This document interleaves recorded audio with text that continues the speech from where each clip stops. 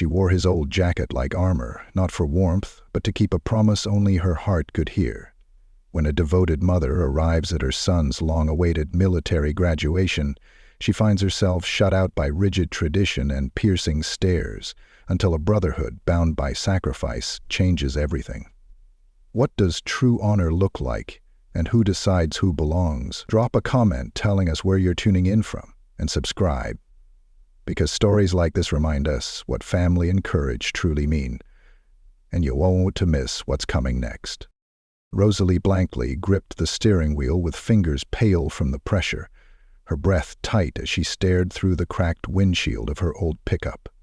Her hands, ringless now but still bearing the faint tan line from years of wearing Robert's wedding band, trembled just slightly. She tried to will them steady, exhaling slow and deep, the way her late husband had shown her long ago, in the hush of midnight, after another bad dream. "You're stronger than you think, Rose," he'd say. But this morning the words felt like a whisper in her bones, too quiet to drown out the hammering pulse in her throat. She pulled down the sun visor and caught her own reflection in the battered mirror, a face she hardly recognized. The lines around her eyes seemed deeper, the streak of silver in her hair brighter than she remembered. There was resolve in her gaze, but also a flutter of uncertainty. Would Matthew recognize her? The way she looked now, would he want her here, standing out in the crowd with her husband's jacket draped around her shoulders, sleeves too long, elbows worn soft from years of faithful service? She closed her eyes for a moment, feeling the faded patches beneath her fingertips.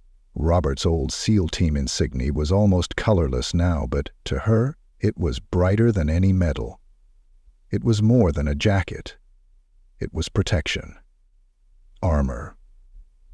A memory she wore for both of them. Opening her eyes, Rosalie reached for the small, neatly wrapped box on the passenger seat. She ran her thumb along the rough edge of the brown paper, feeling the ridges beneath the tape. Inside was Robert's watch.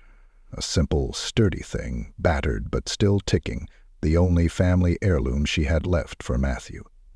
She hoped, desperately, that her son would see it for what it was. A bridge between past and future, father and son. A horn blared from somewhere behind, jarring her from her thoughts. With a start, she slid her hands from the wheel and gathered her things. Box, invitation, the battered purse she'd sewn back together more times than she could count. Her breath fogged the glass as she opened the door, cold morning air rushing in to sting her cheeks. She squared her shoulders, stepped down from the cab, and let the door thunk closed behind her. The parking lot was a sea of sleek sedans and polished SUVs, all gleaming under a sun that seemed to favor the expensive. She took in the gleam of chrome, the shimmer of custom paint jobs, the navy blue and forest green of uniforms pressed sharp as new bills. Everywhere she looked, families clustered in neat, confident groups. Mothers in tailored dresses, fathers with their ties already loosened, laughter rising in small clouds. Rosalie felt their eyes brush across her like a cold wind. She was out of place, and she knew it. But she kept moving. Her boots, scuffed and worn, tapped out a steady rhythm on the asphalt as she made her way toward the broad steps of the academy. She kept her head high, the old SEAL jacket sitting like a mantle on her shoulders, daring anyone to question her right to be here. She could hear snippets of conversation as she passed, a teenager grumbling about his tie, a woman laughing too brightly at a joke, the click of a camera shutter, and then, like a stone dropped in a pond, silence as she walked by one particularly well-dressed group. She didn't look at them, but she felt their gaze, felt the sharpness of their appraisal, the dismissive turn of a mother's mouth. A little girl in patent leather shoes tugged at her father's sleeve. "Daddy, why is that lady wearing a man's coat?" The father glanced over, embarrassment flickering across his face, and he murmured something too soft for Rosalie to hear. She kept her eyes on the steps ahead, refusing to let the heat of shame burn her cheeks. At the entrance, a pair of security guards stood beneath a white awning, their uniforms crisp, their postures practiced and alert. One of them, tall, broad-shouldered, his hair clipped short, met her gaze with a look that was not quite a smile. She managed a nod, her invitation already in hand, fingers curled tightly around the edge. The guard glanced at her, then at the invitation. "Good morning, ma'am. Invitation, please?" His voice was professional, but something about the way his eyes lingered on her jacket told Rosalie all she needed to know. He'd already decided she didn't fit. She handed over the card, steadying herself with a deep breath as he examined it. The other guard leaned over, eyebrows raised. A moment passed, and then the first guard's lips tightened. "I'll need to check this with the event coordinator, if you could step aside for just a moment." He gestured to a roped-off area beside the entrance. Rosalie's chest constricted, but she nodded, stepping out of the flow of arriving guests. She tried to keep her chin up, but she could feel the stares. Curious, judgmental, indifferent, all of them brushing over her like cold rain. She clutched the box closer, thumb rubbing over the brown paper, and waited. Inside she could see through the tall glass doors, banners of navy and gold draped from the ceiling, a stage set for speeches and celebration, rows of chairs already filling with proud families. Somewhere in there Matthew would be preparing, standing tall in his dress whites, hands clasped behind his back, waiting for the moment he'd dreamed of since he was a boy. She tried to picture him, his jaws set in that determined way, his eyes sharp and bright. How had he grown up so fast? It seemed like just yesterday she was tying his shoes before church, smoothing the cowlick from his hair, kissing his scraped knees after another failed attempt at skateboarding.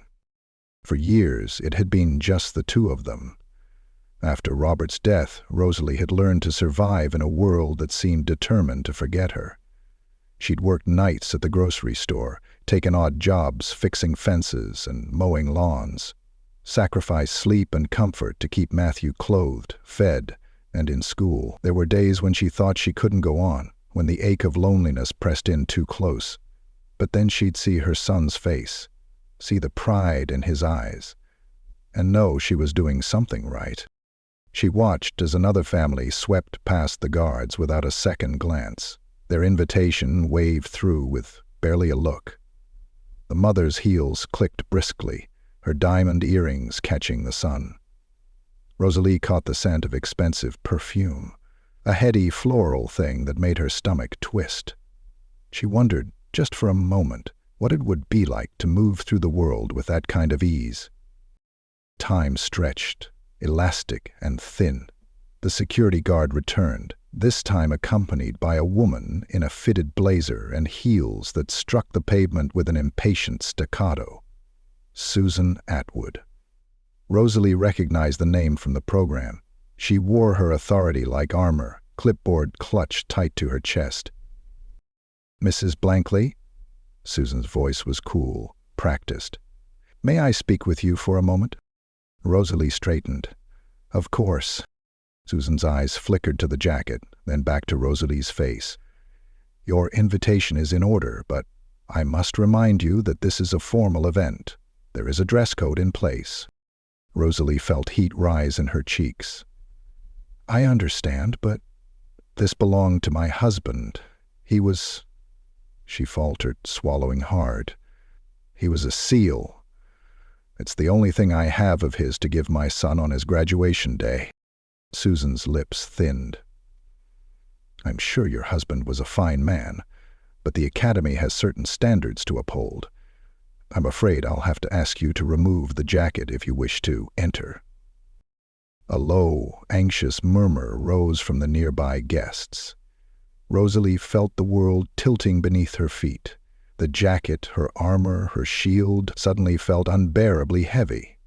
She glanced through the glass at the rows of families settling into their seats, the banners fluttering in the air-conditioned breeze. She tried to summon her courage, to find Robert's voice in her memory, telling her to stand tall. She shook her head, voice barely above a whisper. "I can't." Susan sighed, the sound edged with impatience. "Then I'm sorry, but I can't let you in."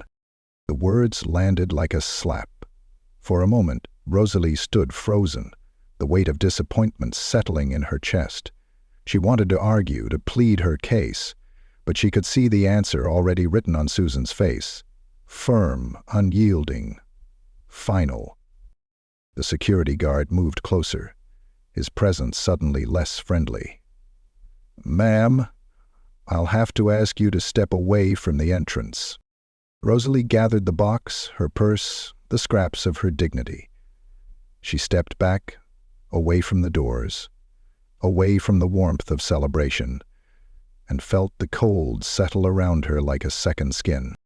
But as she turned, she saw something, a glint of gold on a uniform inside, a familiar jawline in the crowd. Matthew. Her son, standing tall, searching the room for someone, for her. Hope sparked. A fragile thing, but enough to keep her on her feet. She took a shaky breath, willing herself not to cry. This was Matthew's day, not hers. She would find a way to be near, even if she had to watch from the edge of the world. She tightened her grip on the box, pressed Robert's jacket closer, and made her way to the side of the building, the sound of laughter and applause fading behind her. She was not defeated. Not yet. Not while her son still needed her. Rosalie settled on a low stone wall just beyond the bustling line of families and graduates, hugging the small wrapped box to her chest. She could feel the press of her late husband's jacket around her shoulders, a silent promise she would not let go. Behind her, the hum of the academy grew, the sound of distant applause and laughter wafting out every time the doors opened. She pressed her lips together, forcing herself to breathe, to keep her head up. There was no dignity in tears, she told herself, not today. Not with so many eyes watching. It would be easier if she were invisible. Instead, it felt as though every parent, every group of cadets or staff member took a second to glance her way, some curious, others pitying, and some with frank disapproval. Rosalie traced her thumb over the frayed cuff of the jacket, remembering how Robert would wear it at family picnics, always a little too warm in the sun, but never willing to take it off. He'd laugh and say it was just habit, but she knew it was more than that. It was a piece of him he brought back from a world he'd never fully left. A group of parents drifted by, their voices hushed, but not quite low enough. "That's her, the woman. They stopped at the door." Rosalie didn't look up, but she heard the words, each one like a pebble against her skin. "It's not right, showing up to an event like this dressed like that.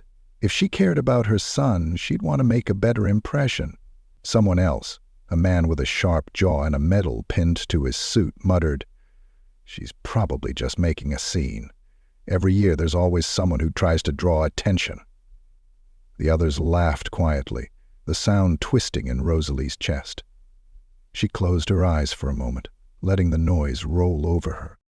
In her mind, she drifted back to quieter mornings with Matthew, packing lunches, checking homework, scrawling quick notes of encouragement. She remembered how Robert's absence grew into a constant shadow after he was gone, filling the house with quiet. But she and Matthew had survived, and today was proof. He'd written in his last letter, "Mom, when I'm on that stage, I want you to be there. Promise me." She had promised, and she intended to keep it no matter how unwelcome she felt. Her thoughts were broken by a scuffle of footsteps on the pavement. A pair of teenage girls in crisp navy dresses were whispering, their glances sharp and fleeting. One of them giggled, "Did you see her boots? She looks like she just stepped off a construction site." The other rolled her eyes. "Maybe she got lost. My mom said not everyone understands how things are done here." The first girl shot Rosalie a quick, almost apologetic look, then hurried away. Across the courtyard, the air shimmered with nervous excitement as more families arrived.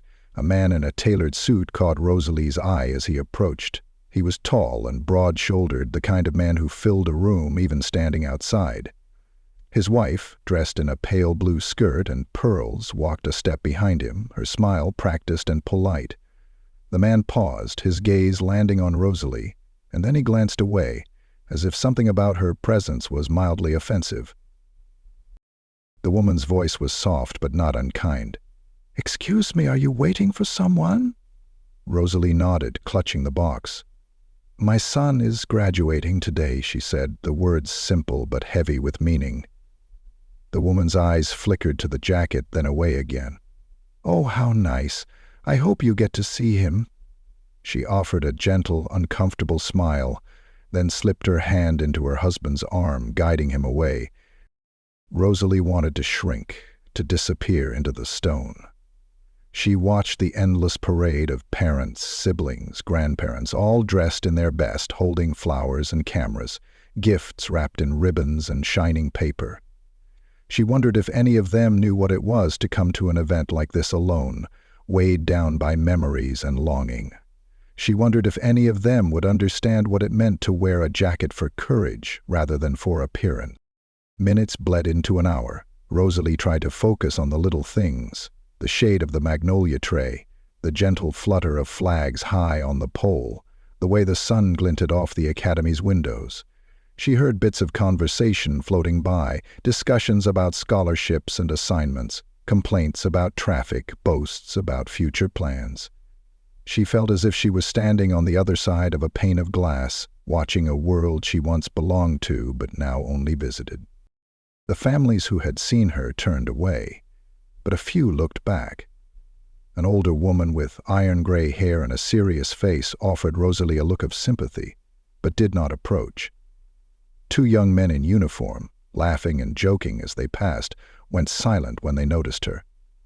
One nodded stiffly, the other simply stared, his mouth twisting, as if he wanted to say something but couldn't. The pain in Rosalie's chest grew sharper when she saw a boy with his arm around his mother, their faces matching in joy. The mother reached up to straighten his collar, her hands lingering on his shoulders as he smiled shyly. Rosalie wanted fiercely to be the one fussing over Matthew, to tell him how proud she was, to see the spark of his father in his eyes. She had never felt more outside, more other, than at this moment. As she sat, a shadow fell over her. Looking up, she saw Officer Greg Simmons, the same security guard from the door. He stood awkwardly, his cap in his hands. "Ma'am," he began, his voice apologetic. "I'm sorry about before. We have our orders, but I just wanted to say, I know how much it means to you to be here. I served, myself. Not Navy, but Army. I lost friends, too." His eyes met hers, honest and kind, but Rosalie could see the restraint there. The rules were the rules. She managed a small smile. "Thank you, Officer Simmons. I promised my son I'd be here. That's all that matters." He hesitated, glancing around, as if someone might be watching. "I hope you get your chance, ma'am, if there's anything I can do." But the words faded as another group approached, and he stepped away, shoulders stiffening, his expression returning to professional neutrality. Rosalie's hands trembled as she opened her purse, searching for a tissue. Her fingers brushed against an old photograph, the edges curled, colors fading. Robert stood tall in his uniform, arm around a younger Matthew, both of them grinning in the sunlight. She pressed the picture to her lips, closing her eyes. "Wish you were here," she whispered, the ache nearly unbearable. From her seat, she watched the last of the families file inside. It seemed that nearly everyone else had found their place, their seat, their moment of celebration. Rosalie was left with the view of closed doors and distant music, the banners fluttering beyond reach. She wondered what Matthew was thinking, if he'd noticed her absence, if he was scanning the crowd, searching for her in a sea of strangers. She wondered if he was angry, or disappointed, or simply resigned. She hated that she couldn't be there for him, not fully, not the way she'd hoped. Her thoughts drifted to the wrapped box in her lap. She thought of the watch inside, Robert's watch, ticking softly. A heartbeat from the past, a promise for the future. She wanted so badly to press it into Matthew's hand, to see the look on his face when he realized what it was. She wanted to tell him how proud Robert would be, how proud she was, how every sacrifice was worth it for this day. But all she could do was wait, a silent witness to everyone else's joy. She told herself she was strong, that she'd made it this far. She would not let bitterness spoil this day, not for Matthew, not for Robert, not for herself. As the sun climbed higher, a soft breeze rustled the leaves overhead. Rosalie straightened her shoulders, brushing her hair back from her face, and tried to focus on hope. She told herself again and again that this wasn't over. Not yet. She might be outside, she might be unwelcome, but she was still here, still fighting for her place, for her son, for her family's honor. And somewhere inside the academy, Matthew was waiting for her, for a sign, for the moment everything would change. Rosalie watched the last of the families disappear inside, the distant echo of their voices and laughter fading behind heavy glass doors. Alone on the stone wall, she let herself feel it, a strange ache, sharp and familiar, rising up beneath her ribs. She could almost taste the metallic tang of disappointment on her tongue, the same one she'd known so often in the years since Robert's death. He would have told her to hold her head high, to meet the world's challenges with stubborn, steady resolve. She tried, she really did. But today the world felt harder than most. The courtyard slowly emptied, the stream of late arrivals growing sparse. The guards at the door seemed to relax, their posture easing as the main crowd thinned. For a moment, Rosalie almost let herself hope that she might slip through unnoticed. Maybe, once the attention shifted to the ceremony, the rules could bend. She pressed the box to her chest, brushing a stray hair from her face. She could still hear the words of the event coordinator, Susan Atwood, echoing, "There is a dress code in place." What did it matter, truly, what she wore? Didn't anyone see the heart behind the jacket? She thought of Robert, the stubborn pride he carried in every thread, the way he always insisted on meaning over appearance. "It's not what's on your back, Rose," he'd say. "It's what's in your heart." But this place was different. Here rules were armor. Protocol and decorum sat on every shoulder like a weighted epaulette. Tradition she understood, but tradition could wound as deeply as it honored. The doors opened again with a soft hiss, and Susan Atwood stepped out, clipboard tucked under her arm. She looked left, then right, her gaze sharp, scanning the periphery. Rosalie's breath caught as Susan spotted her, squared her shoulders, and approached. Susan stopped a pace away, close enough that Rosalie could see the fine lines at the corners of her eyes, the faint trace of perfume on the breeze. "Mrs. Blankley," she said quietly, "I wanted to give you another opportunity to reconsider. I don't want to bar you from your son's ceremony, but the dress code is very clear. Family members are expected to adhere to a certain standard. You understand, I'm sure, that this is for the dignity of the event." Rosalie felt her hands go numb around the box. She swallowed, her voice a little unsteady. "This jacket belonged to my husband, Robert Blankley. He wore it when he came home from his last deployment. I wanted to wear it for our son today, just for the ceremony."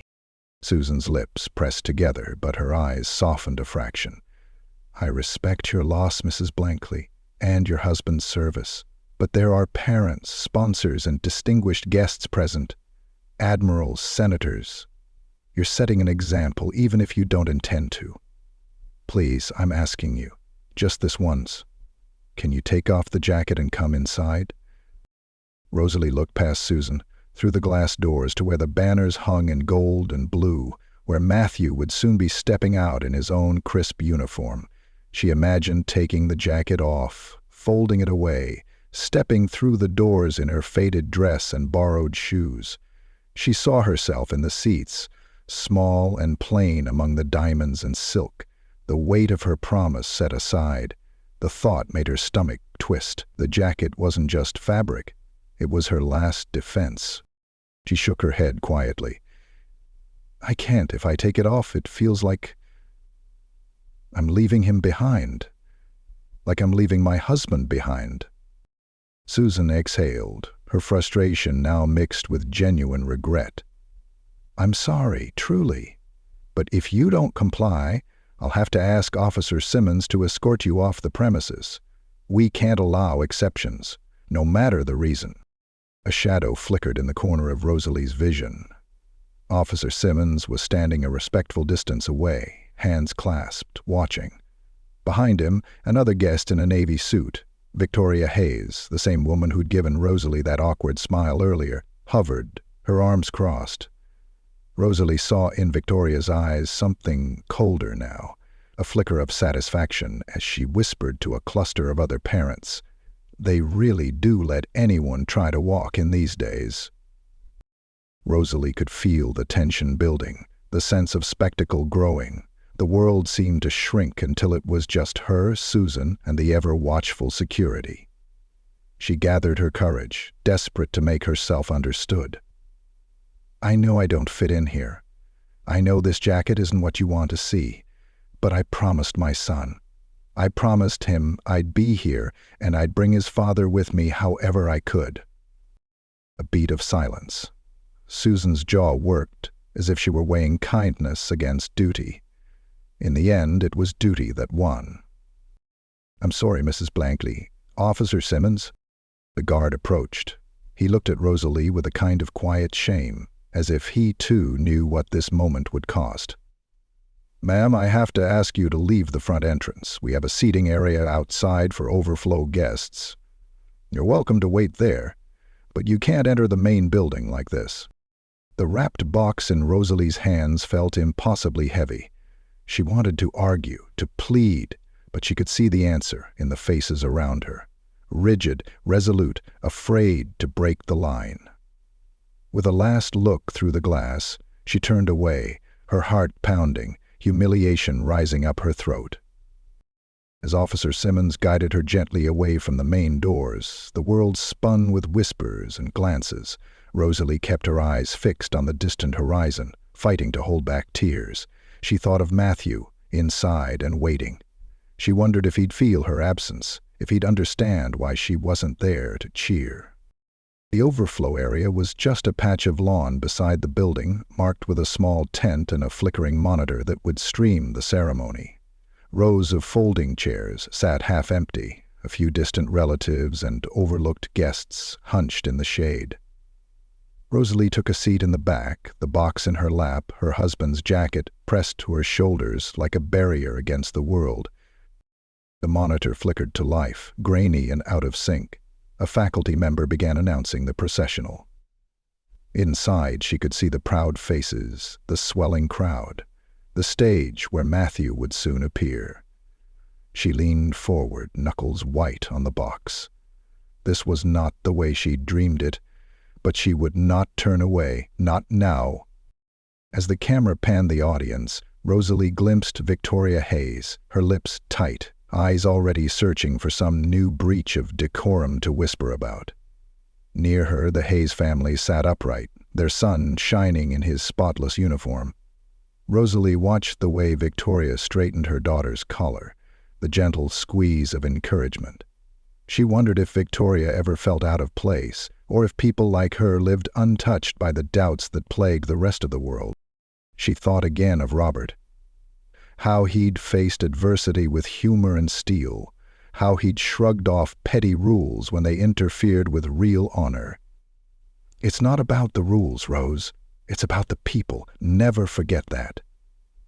She squeezed her eyes shut, letting the memory steady her. Outside, the world seemed hushed. In the tent, a few other guests nodded kindly as Rosalie sat down, but most kept to themselves. A thin woman with silver hair smiled sympathetically. "Didn't want to fuss with the crowd either, dear?" she asked, her tone gentle. Rosalie returned the smile as best she could. "Something like that," she replied. A moment later, the ceremony began in earnest. The national anthem played. The camera swept across the faces of graduates, their eyes shining, their futures unwritten. Rosalie sat motionless, her heart pounding, every nerve tuned to the hope that somehow, She'd still find a way to be present for her son. Inside, behind glass and steel, Matthew Carter stood in line with his fellow graduates. He kept glancing at the crowd, searching for a face he could not find. Rosalie felt the pull, the mother's intuition, a bond that even distance and closed doors could not sever. She would not let this be the end. No matter how many rules, no matter how cold the looks, she would find a way to keep her promise. For Matthew, for Robert, for herself. She straightened her shoulders and fixed her gaze on the screen, waiting for her son's name, waiting for the moment that would, one way or another, change everything. The plastic chair beneath Rosalie's legs was brittle with age, the metal frame scraping against the uneven grass every time she shifted her weight. Beyond the thin white tent, sunlight burned down on the rows of empty folding chairs. Their shadows stretched long and thin across the neglected patch of lawn that had been hastily christened as Overflow. The words felt like a judgment, a sentence that declared her unnecessary, surplus, best kept out of sight. She could still hear the echoes of laughter and bright conversation from inside the building, but here the air was quiet, punctuated only by the nervous shuffling of the handful of guests consigned to the outskirts. She pressed her husband's jacket closer, as if it might ward off more than just the mild spring breeze. The monitor under the tent flickered with static, briefly threatening to lose its signal before resolving into the grand sweep of the auditorium. She could see the stage, the faculty members lining up in crisp rows, the mass of white uniforms gleaming under the bright lights. Somewhere, hidden in that vast assembly, was Matthew. Her heart ached to spot him, but the camera drifted impassively across the crowd, pausing now and then on the polished faces of parents beaming with pride, hands folded over bouquets and gleaming gift bags. It was a ceremony meant for joy, for belonging, and the image stung. Rosalie's hands trembled as she set the box she had carried like a talisman, all the way from home onto her lap, fingers curled tight around its corners. She remembered the day she first learned Matthew would graduate at the top of his class. His voice had been so calm over the phone, so measured, as if he couldn't quite believe it himself. She'd listened to the pride that laced each word, the laughter he couldn't hide when he finally let go. "You did this, Mom. You got me here." She blinked back tears, alone in the kitchen, her hands still dusted with flour from the night shift at the bakery, telling herself that all the hardship had been worth it for this moment. This was supposed to be the culmination, the day that years of sacrifice, sleepless nights, and whispered prayers finally bore fruit. She forced herself to focus on the monitor, watching as the opening speeches began. The admiral on stage spoke about honor and duty, about families as the backbone of military service, about the unseen sacrifices made by those who stood behind each uniformed graduate. Rosalie's mouth twisted in a bitter smile. If only they could see her now, banished for a jacket and a memory, invisible to the institution that had gladly taken her husband's life and her son's future. The tent was mostly empty. The silver-haired woman who'd spoken to her before was dozing quietly, her head nodding forward, while a young couple on the far side of the tent scrolled their phones, barely glancing at the screen. A breeze caught the edge of the tent, fluttering the cheap nylon so it snapped and billowed. Rosalie felt the isolation wrap tighter around her, thick as fog, heavy as regret. She let her mind drift backward to the years after Robert's death. The long, gray days when the only thing that kept her moving was Matthew's small hand in hers. There were so many sacrifices she'd never named. The new coat she'd never bought. The birthdays spent working extra shifts. The silent nights spent at the kitchen table, balancing bills by the light of a flickering bulb. But those memories were woven together with brighter threads. Matthew's laughter echoing down the hallway, the first time he rode his bike without help. The pride in his eyes the day he announced he'd been accepted to the academy. She wondered if any of the people in the main hall had ever stood on the edge of the world and looked in, knowing they could never truly belong. She wondered if Matthew, in his immaculate uniform, would notice her absence, or if the excitement of the day would sweep him up and away from the shadow she cast. The thought stung, but she couldn't blame him. He had earned every bit of this joy. The monitor panned the stage. The row of dignitaries was as distant and remote as statues, unapproachable, untouched by doubt. In the front row, Rosalie glimpsed Victoria Hayes, her posture perfect, eyes fixed on the stage, her smile reserved and confident. The Hayes family looked like something out of a magazine.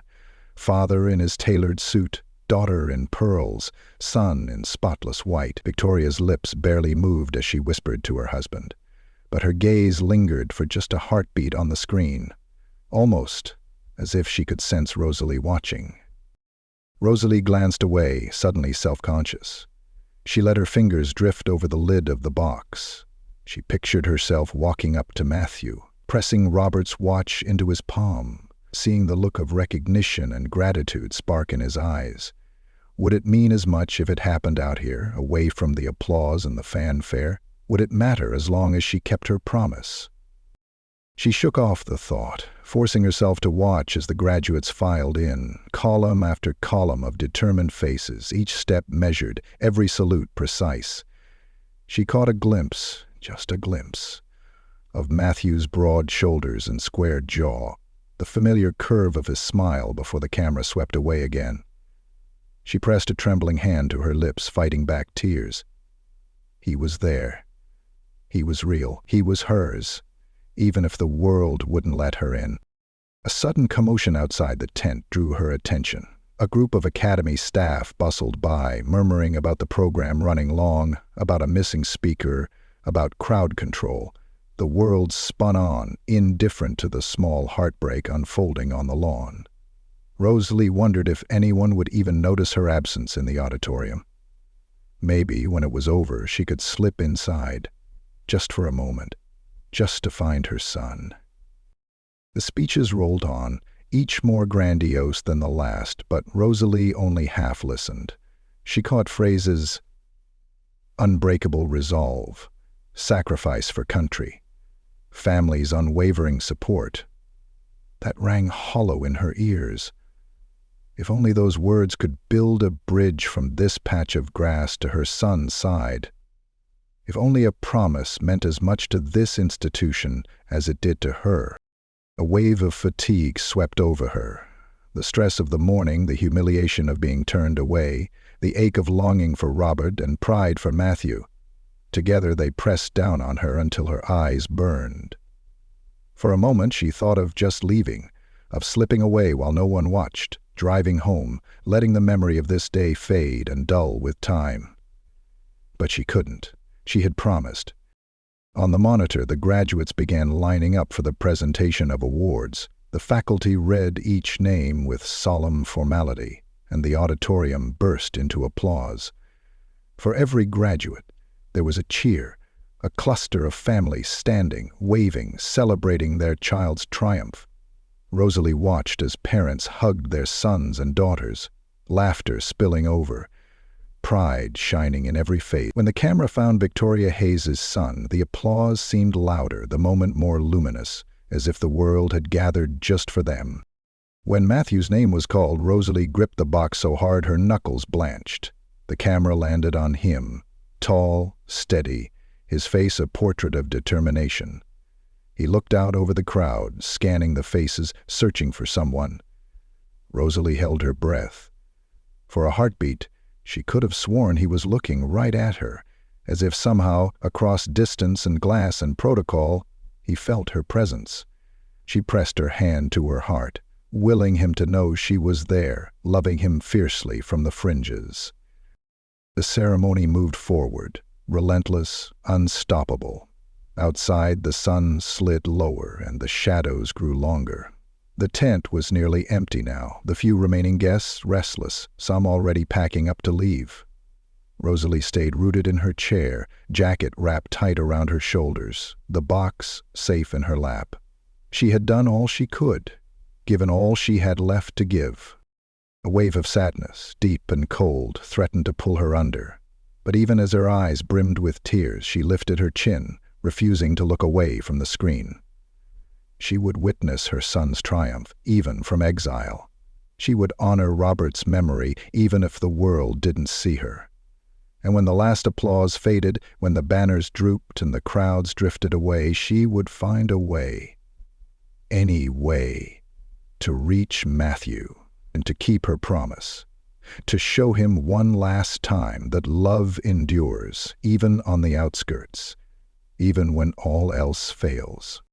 Matthew Carter sat rigid in his seat near the front of the auditorium, the ceremony swirling around him in waves of pomp and ritual, but his thoughts scattered like wind-blown leaves. Polished words from the speakers echoed off the stone walls, the crowd's laughter and applause breaking in steady, predictable intervals. It all felt distant to Matthew, muffled, as if he were underwater. Every few moments his eyes flicked upward to scan the balcony and aisles, searching for a familiar face, hungry for reassurance. He should have been savoring this. This was the day he'd dreamed of, the culmination of years of effort, discipline, and sacrifice. Yet an emptiness gnawed at his chest, hollowing out his pride and replacing it with worry. His mother's absence was a throb behind his temples, impossible to ignore. He had told her, no, begged her to come. He'd written it in every letter, ended every phone call with the same plea. Promise me you'll be there, Mom. I want you to see it. I want you to know you did it. Her silence in the crowd was unthinkable. Matthew straightened his shoulders, jaw set, but couldn't shake the sense that something was wrong. As the ceremony wore on, the haze of celebration felt more and more like an illusion. His mind drifted back to childhood, to nights when his mother had fallen asleep in her work clothes at the kitchen table, to the sound of her laughter as she taped his spelling lists to the refrigerator. He remembered the feel of his father's old jacket, draped around his shoulders like a blanket on winter mornings, and the gentle weight of his mother's hand as she tucked him in. Everything that made this moment possible was rooted in her love and perseverance. Yet now she was missing from the very scene she'd worked so hard to create. The names continued, each one followed by applause and cheers from families. Matthew heard them only distantly, each announcement sharpening his sense of absence. He forced his breathing steady, feeling the hard edges of his uniform, the familiar pinch of his polished shoes, the ache in his knuckles from clenching his fists too tight. He kept looking for her, hoping for a glimpse of her hair, her smile, the unmistakable presence that had anchored him through storms and uncertainty. A sudden shift in the crowd's energy jolted him back to the present. The Hayes family, seated just a few rows behind, erupted into applause as Victoria's son crossed the stage. Victoria's voice rang clear above the rest, sharp and prideful.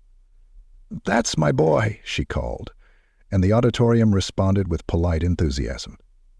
Matthew watched the scene unfold, how effortlessly they fit, how easily the world seemed to embrace them. He envied their certainty, but the envy quickly soured to resolve. The moment passed, and then his own name was called. Lieutenant Matthew Carter. He rose on legs that trembled just slightly and made his way across the stage. The applause was loud, but in his ears it was a muffled roar, stripped of meaning. He shook hands, accepted the certificate, and posed for photographs, but his eyes never stopped searching.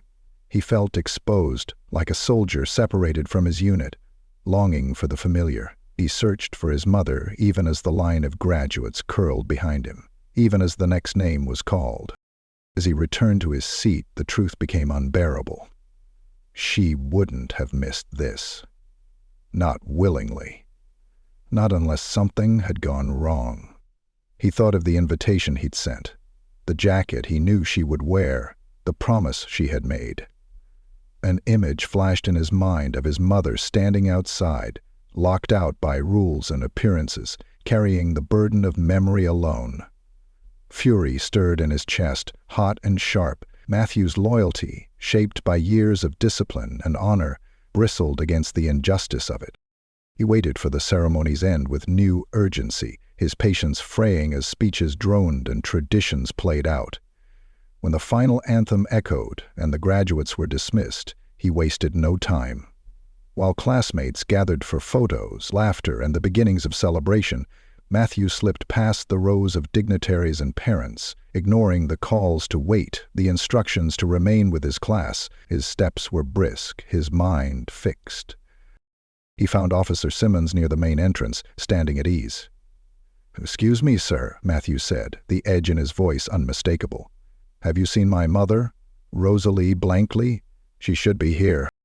Officer Simmons hesitated, recognizing the name. "She was here earlier, son. There was a situation. Something about the dress code. She's outside with the overflow guests." Matthew's face darkened, disappointment and anger threading together in his chest. "You sent her outside? She's my mother, my father's jacket. She was wearing it, wasn't she?" "Yes, Lieutenant." "I'm sorry, it's just—" Matthew cut him off with a sharp nod. "Thank you." His voice was clipped, but there was no mistaking the resolve. Without another word, he strode past the officer and out the side doors. The sunlight stung his eyes as he crossed the quad, scanning the lawn for the tent. His classmates were already surrounded by clusters of family, laughter rising, parents embracing their children. It was everything he'd imagined, but none of it mattered without his mother. He spotted her then, alone under the sagging white canopy, her back straight, Robert's old jacket wrapped tightly around her.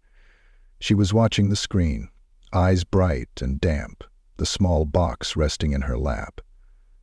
For a moment, Matthew saw not just the woman who'd raised him, but the sum of every sacrifice, every moment of courage and love that had shaped his life. He hurried across the grass, ignoring the curious glances, and dropped to his knees beside her chair. "Mom," he said softly, voice rough, "what happened?" Rosalie startled. Then her expression crumpled with relief. "Oh, Matt. I'm sorry, they wouldn't let me in. The jacket. Your father's jacket. They said it broke the dress code. I didn't want to ruin your day." Matthew shook his head, anger flickering across his features. "You could never ruin my day.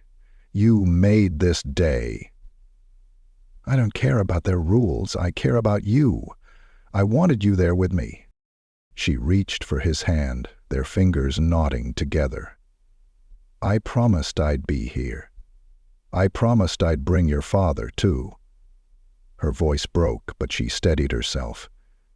"This was all I had left to give you." He squeezed her hand, pride and defiance surging through him. "You've already given me everything, Mom.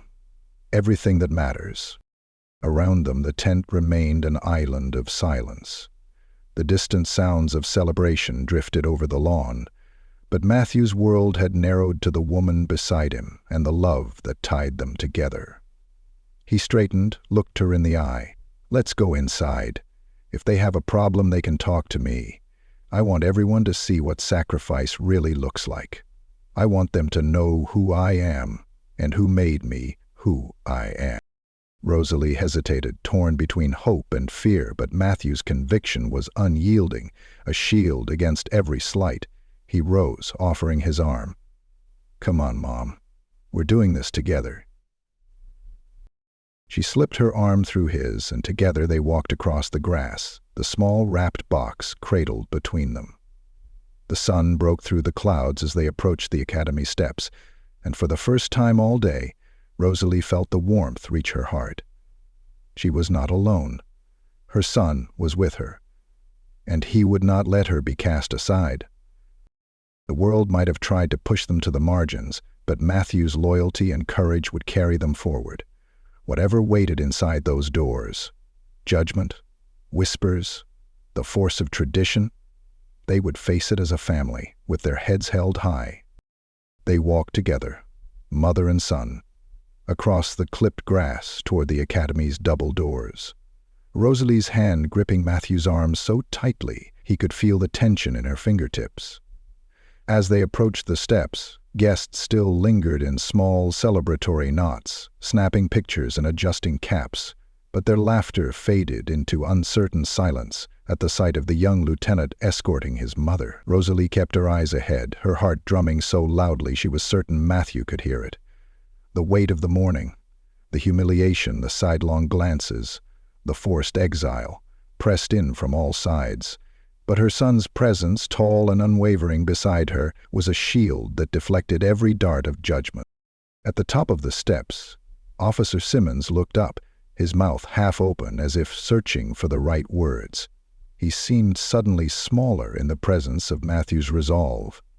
"Lieutenant Carter, he began. But Matthew met his gaze, clear and unflinching. "My mother is coming in with me," Matthew said, his voice calm but carrying the unshakable finality of an order. "If there's an issue, I'll speak to the commandant myself."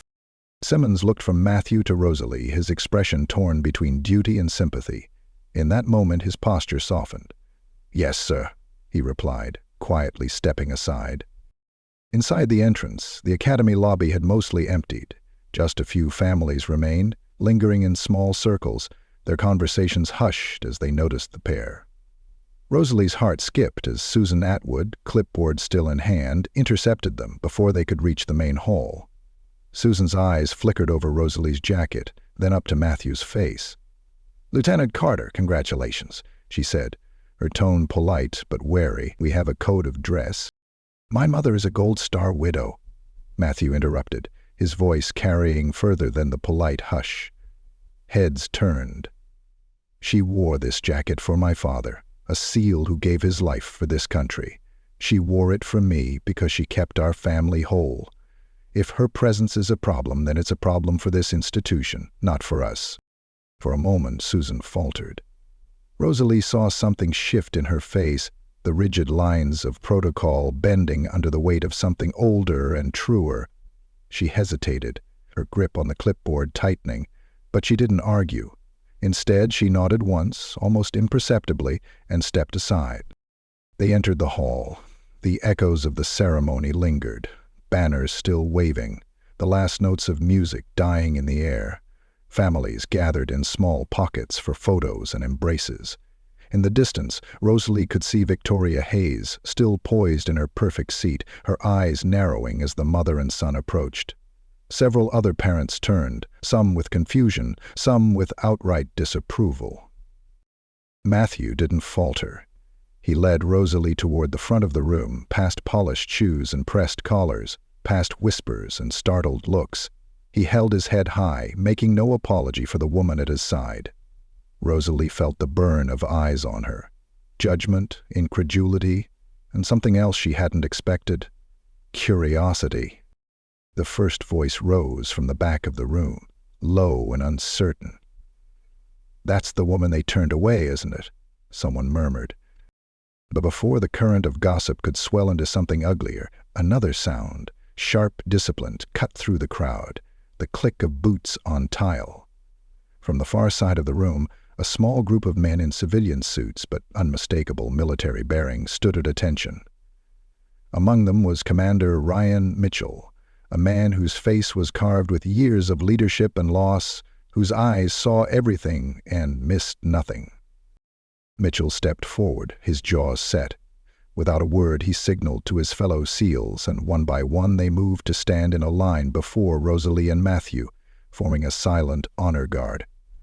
The room seemed to contract, the focus sharpening as the men snapped to parade rest, shoulders squared, feet planted. Matthew stopped, momentarily stunned. Even Rosalie, for all her years of resilience, had to steady herself against his arm. Commander Mitchell's gaze fell on her, and something like recognition passed between them, a wordless acknowledgement of the burden she carried.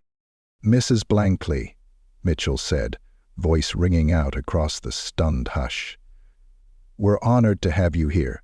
It would be our privilege if you and your son would join us up front." Every head in the room turned. There was a beat of silence, a moment stretched long with disbelief, as the social hierarchy of the morning unraveled. The rules that had kept Rosalie outside were dwarfed by something greater than protocol. Respect, earned the hard way by service and loss. Victoria Hayes, her poise finally breaking, rose halfway from her chair.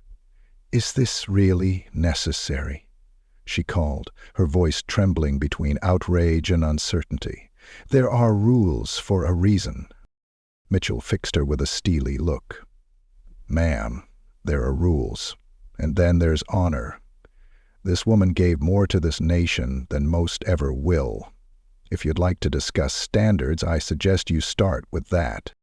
A ripple of discomfort moved through the audience, some lowering their eyes, some looking on with newfound admiration. The principal stepped onto the stage, sensing the change in the air. "Ladies and gentlemen, today we celebrate more than achievement. We celebrate sacrifice, family, and the values that make this academy what it is. Mrs. Blankley, Lieutenant Carter, please join us." Rosalie felt Matthew's grip tighten on her hand. For a fleeting second, all the shame and exclusion of the morning melted away, replaced by awe and gratitude. She walked forward, flanked by the silent, powerful presence of the SEALs. Each step felt lighter than the last. She barely noticed the hush that fell as she and Matthew passed through the rows. She didn't see the way Victoria Hayes slumped back in her chair, lips pressed tight with frustration. All she knew was the warmth of her son's arm, the tears stinging her eyes, and the way the SEALs moved in concert, silent witnesses to her worth. At the front of the room, Commander Mitchell placed a hand over his heart in silent salute, and the others followed. Matthew took the small box from Rosalie's trembling hands and opened it before the assembled crowd. Inside, Robert's watch glinted in the light. Battered, steadfast, a symbol of time endured and love preserved. He turned to the audience, voice clear and steady. "This was my father's. He wore it on his last deployment, and my mother kept it safe all these years. She sacrificed more than anyone will ever know. Everything I am, I owe to her." There was a catch in his voice, but he did not falter. For a moment, the Academy Hall was silent, not out of discomfort, but out of respect, even reverence. Then, slowly at first, and then with growing conviction, the applause began. The SEALs were the first, their claps precise and powerful, soon joined by the rest of the crowd, some standing, some weeping, all swept up in the moment's gravity. Rosalie, at the center of the room, felt the heavy veil of shame lift from her shoulders. She felt the warmth of Matthew's embrace, the pride in the eyes of men who understood sacrifice, and for the first time since Robert's funeral she felt seen, not as an inconvenience, but as a mother, a widow, and a symbol of all that could not be broken. The applause swelled and echoed, filling the hall with a thunder that seemed to shake the very rafters. The SEALs remained at her side, silent sentinels, as if to say, "You are one of us. You are never alone." Matthew turned to her, his eyes shining. "You kept your promise, Mom," he whispered. "You brought Dad with you." And in that moment, as the crowd rose to its feet, Rosalie knew, whatever the world might try to take from her, some things could never be stolen. Not courage, not family, not the legacy she carried, nor the love that had shaped her son.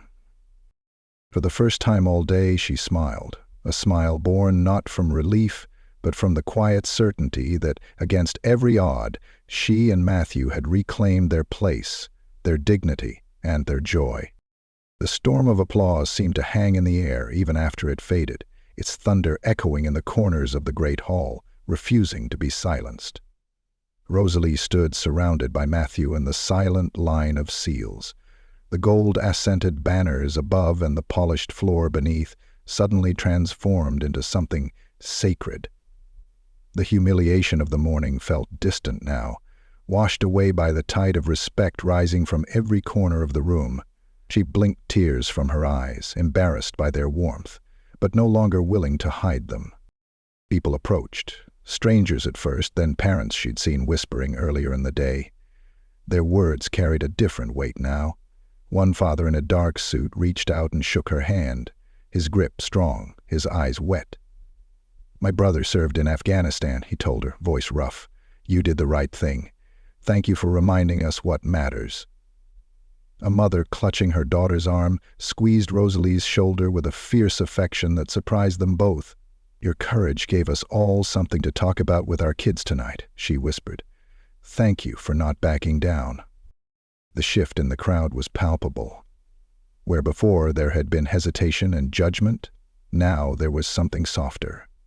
Admiration, maybe, or a desire to stand closer to the heart of the moment. It was as if every person in the room was looking for a way to touch a piece of the truth Rosalie and Matthew had lived. Even Susan Atwood, clipboard hugged tight to her chest, offered a smile that was both apology and acknowledgement. "You taught me something today, Mrs. Blankley," she said quietly, then melted back into the crowd. Matthew kept hold of his mother's hand, their fingers entwined in a quiet, wordless vow. "Come on, Mom," he said, voice trembling just a little with emotion. "Let's get a picture together. I want this memory to last." They stood together for photos, surrounded by the SEALs who had refused to let honor be trampled by appearances. Commander Mitchell moved beside them, and for a moment Rosalie felt the weight of her late husband's legacy wrap around her shoulders like a second, invisible jacket. "Robert was a good man," Mitchell said gently, his gaze meeting hers with the honesty of old soldiers. "He would have been proud of you both today. He always spoke about you, Rosalie. Said you were braver than anyone he'd ever met." She laughed through her tears. "He said that to everyone, Commander. He was hopelessly biased." "Maybe. But some things are true, whether you believe them or not." He reached out and shook Matthew's hand, pulling him into a brief, fierce embrace. "You're your father's son, and more. The kind of man who stands for his family." Matthew blushed, but the pride in his eyes burned undimmed. "It's because of her," he said, glancing at Rosalie.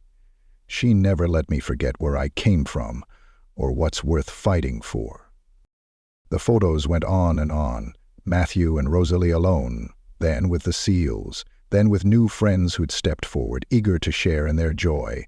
Laughter echoed beneath the vaulted ceiling, and for the first time in what felt like years, Rosalie allowed herself to be pulled along by the current of celebration. The crushing loneliness that had stalked her for so long slipped away, replaced by the lightness of being seen, being valued, being understood. As the crowd began to thin, Rosalie found herself drifting with Matthew toward the stage, the little box still clutched in her hand. She paused, her breath catching as she opened it one more time and held the watch out to him. The faces in the hall faded into a gentle blur, the voices a warm backdrop. "This was your father's," she whispered, "just for him. He wanted you to have it when you became your own man. He wanted you to remember that even on the days you doubt yourself, you carry his time, his faith, his love." Matthew took the watch, hands shaking. For a moment he said nothing, only running his thumb over the battered case, feeling the years pressed into the metal. "Thank you, Mom," he said, voice thick. "I wish he could see us." Rosalie pressed her forehead to his, her voice trembling with relief and pride. "He does. Every second of every day he's here. We're a family. And now you're the one carrying us forward." They stood that way for a moment, wrapped in the warmth of memory and hope, letting the rest of the world fade away. When they finally stepped down from the stage, the SEALs parted for them, saluting in silent respect as mother and son passed through.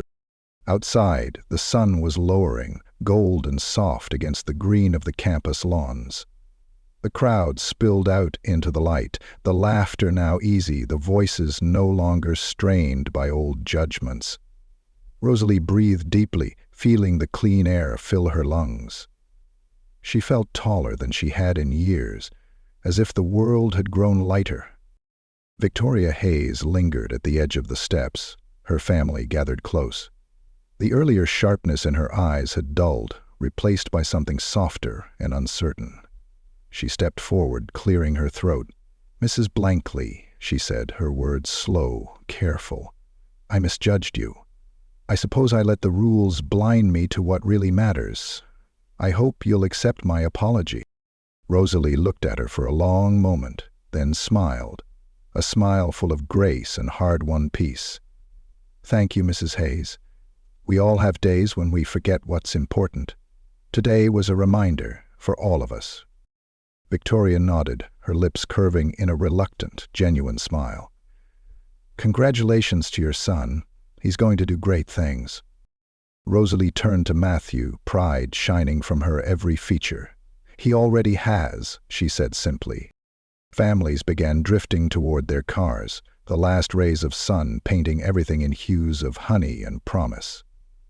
Matthew squeezed his mother's hand and steered her down the steps toward the pickup parked in the shade. The world seemed new, reborn in the aftermath of truth spoken and dignity restored. As they walked, Rosalie felt the jacket's weight settle on her shoulders, not as a burden, but as an emblem. It was not just Robert's legacy, but her own, the story of a woman who refused to let grief or judgment or the arbitrary rules of society decide her worth. She had carried her love across 1,000 silent battles, and now, finally, the world had stopped to listen. Before they reached the truck, Commander Mitchell called out to them, waving. "Rosalie? Matthew. We're having a small gathering, SEAL families, some friends, a little food and music. You two should come. You're part of this family, always." Rosalie laughed, wiping a stray tear from her cheek. "We'd love to." Matthew grinned. "Count us in, sir." They walked on, the evening bright around them, the future opening wide and unafraid. For the first time in a long time, Rosalie looked ahead and saw only possibility. No shadows, no exile, only the road unfolding, her son at her side, and the promise of tomorrow. As the campus faded behind them, Matthew slipped Robert's watch onto his wrist. He glanced at the sky, at the gathering stars, and felt his father's presence, steady, watchful, proud. He squeezed Rosalie's hand one last time, and together they moved forward, bound by love, honored by sacrifice, and ready for whatever new day awaited. In the golden quiet, with laughter in the distance and peace at her side, Rosalie knew she had finally come home.